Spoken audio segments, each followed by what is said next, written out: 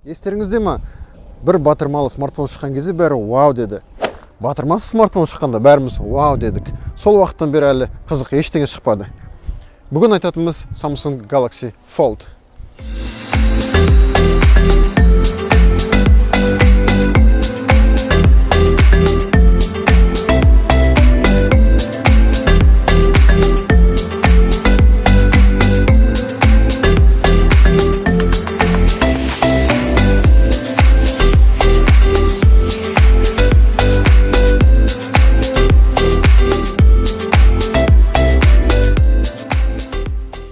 Мен бұл шолумен айналысқалы бері осы смартфонды армандадым. 4 емес, 5 емес, 6 камерасы бар смартфон, диагоналі 7.3 дюймдық икемді дисплей, және сыртында 4.3 кішкентай дисплейі бар. Бұл алғашқы икемді дисплейі бар смартфон, және бұл алғашқы қазақша шолу.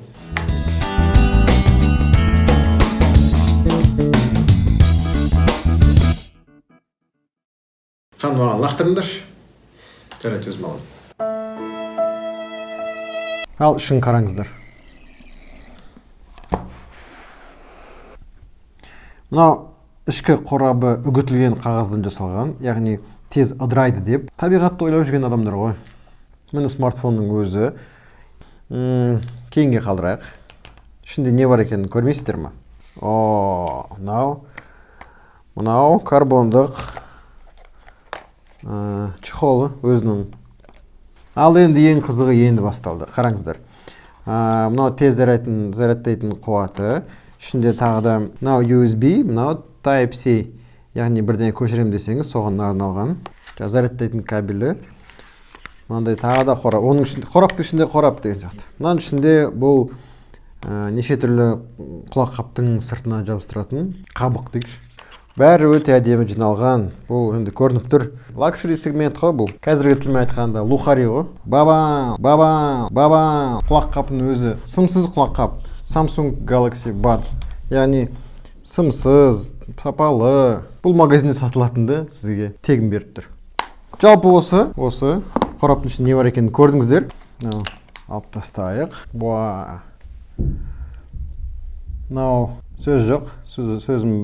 Сөзім таусылып қалды, не айтарын білмей қалдым. Планшет, жартылай смартфон. Түрі мынандай болып жиналып қалады. Салмағы ауыр, 252 грамм. Магнитпен қосылады. Бұны қосу менің ойымша қиын болды. Өйткені қараңыздар. Дайындалып болған сөздің бәрін ұмытып қалдым.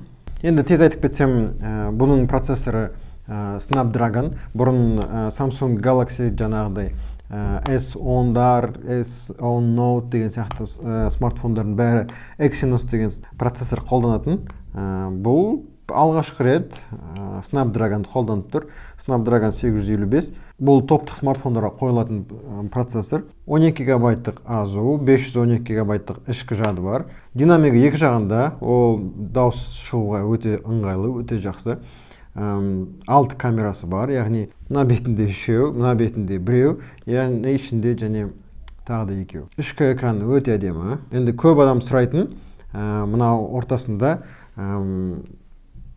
ізі бар ма дейді көбісінде. Өйткені бұл бір экранды бөлінетін жерге салу қиын болған шығар деп көбісі сұрайды.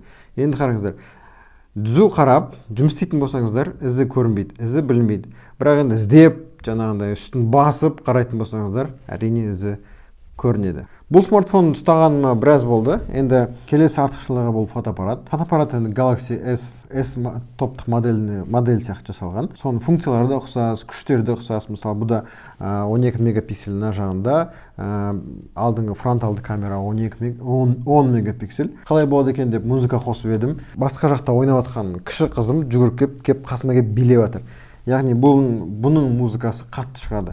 Жай смартфон, мысалы, жай смартфонның әні дыбысы динамик етіп шықпайды. Міне қолымда ана жолы көрсеткен Honor 8X. Қалыңдығы 2 есе үлкен, мен былай қалыңдығын қарайтын болсаңыздар.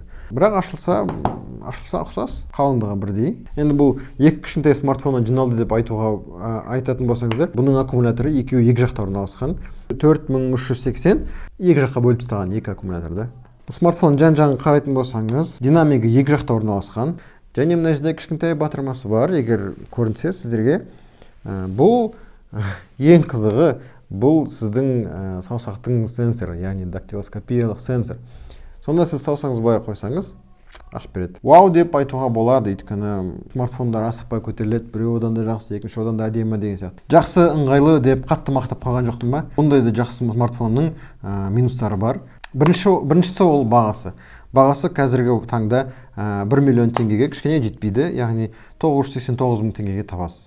Тағы да бір жаман жері, ол Samsung-тардың барлығы 2 сим-карталы болса, мынау 1 сим-карталы. Аккумулятор жағынан, егер сіз интернет ақтаратын болсаңыздар, интернет, Wi-Fi қарайтын болсаңыздар, 10 сағатқа жетеді. Егер видео қарайтын болсаңыз, жаңағындай мультфильм қарайтын болсаңыз, 17 сағатқа жетеді. Бір досыма көрсетіп едім, оған ұнамаған жері, енді сіздерді сөйтіп ойлайтын шығарсыздар, 90 градуспен сіз түзу қоя алмайсыз. Ол кетіп қалып отыр. Енді бірақ ол қаншалықты керек екенін енді Құдай біледі. Көп адамдар айтады, бұл планшетті смартфон не үшін керек деп айтады. Біріншіден, сол смартфон мен планшет ұстағанша бір құрылғы ұстаған артық. Екіншіден, бір уақытта сіз үш қосымшаны қосып қолдана аласыздар. Және үшіншіден, фотоға түсірген кезде және ойын ойнаған кезде өте ыңғайлы. Бұл смартфонды сатып аламын деп айтпаса да, қолмен ұстап көргісі келеді. Қазір көшедегі адамдардан сұрап, эмоциясын көреміз.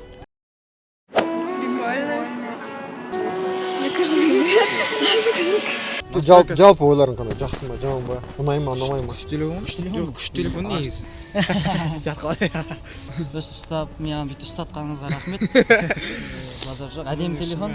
Жалпы білесің бе қанша тұратын телефон? Телефон жалпы өзі 500 мың ба, 600 мың тұрады шығар. Қанша деп ойлайсың?